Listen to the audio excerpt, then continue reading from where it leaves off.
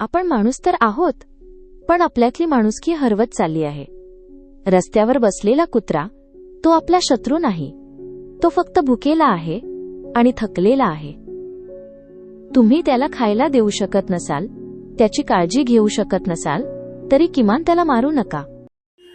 आत्ता तुम्ही जो व्हिडिओ पाहिलाच, व्हेरी इमोशनल.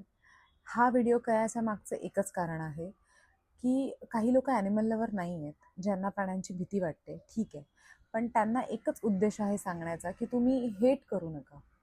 ते ज्या जागी राहतात तिकडनं त्यांना दुसरीकडे नेऊन सोडू नका, कारण ते त्यांचं घर आहे. जसं तुम्ही तुमच्या घरात राहता, तुम्हाला तुमच्या घरातून येऊन कोणीतरी सांगितलं नाही जाऊन दुसरीकडे शिफ्ट हो, तिथे जाऊन राहा, तुम्ही राहू शकाल? तसा प्रत्येक प्राण्याचा एक एरिया आहे. जसं प्रत्येक खारुताईचं एक झाड असतं आणि आपण झाडंसुद्धा कापतो, मग तिचं घर तुटतं. या छोटीशी गोष्ट आहे, पण ह्याचा सुद्धा विचार प्रत्येक मनुष्याने केला तर किती चांगलं होईल. कारण आपण सुद्धा त्यांच्याबरोबर ह्याच पृथ्वीवर राहतोय. जेवढा आपला हक्क आहे तेवढा त्यांचा सुद्धा हक्क आहे. आज जे सुप्रीम कोर्टमध्ये जे काय आदेश निघतायत, सगळ्या गोष्टी डिले करतायत, त्या लोकांना मी एवढंच बोलते, खरंच विनाशकाले विपरीत बुद्धी, दुसरं काही नाही. कारण अजून रिझल्ट नाही लागत आहेत. नको ते लॉ काढून ठेवलेत प्राण्यांबाबतीत. त्याच्यामुळे माणसांमध्ये खूप गैरसमज वाढले आहेत की कुत्रा दिसला की भाई त्याला रेबीज असेल, असं नसतं.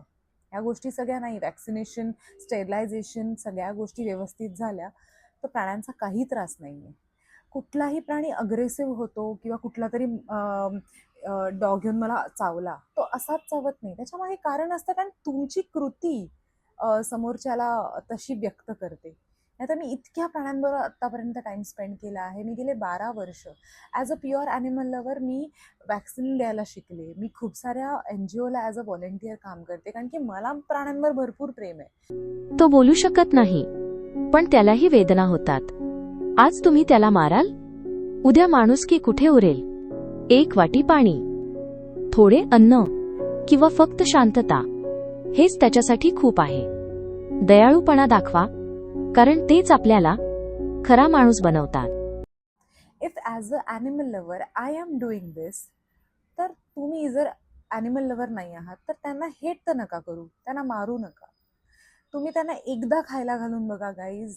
माझा एक्सपिरियन्स आहे, माझ्या खूप फ्रेंड्स आहेत, ते ॲनिमल लवर नव्हते, पण मी त्यांना बोलले एकदा खायला घाल आणि बघ नंतर.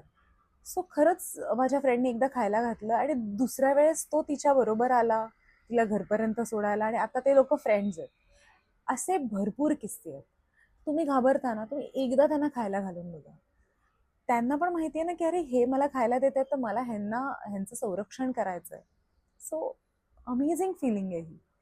आणि बस एवढंच रिक्वेस्ट आहे, जे काय आता जगात चालू आहे आपण बदलूया, तर आपली बाळंसुद्धा सेफ राहतील. आपल्याकडनं कुठेतरी प्रयत्न सुरू करा, त्यांची काळजी घ्या. जसं प्राण्यांना आपली गरज आहे तसं निसर्गाला सुद्धा आपली गरज आहे.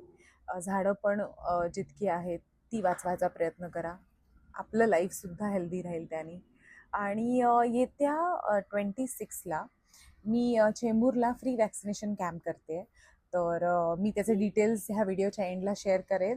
तर जितके चेंबूरमध्ये राहत आहेत त्यांनी सगळ्यांनी स्ट्रे डॉग्स, कॅट जितके भेटतील घेऊन या. आम्ही 9-in-1 ट्रायकॅट, रेबीज या सगळ्याचं वॅक्सिनेशन, फ्री वॅक्सिनेशन कॅम्प करतोय.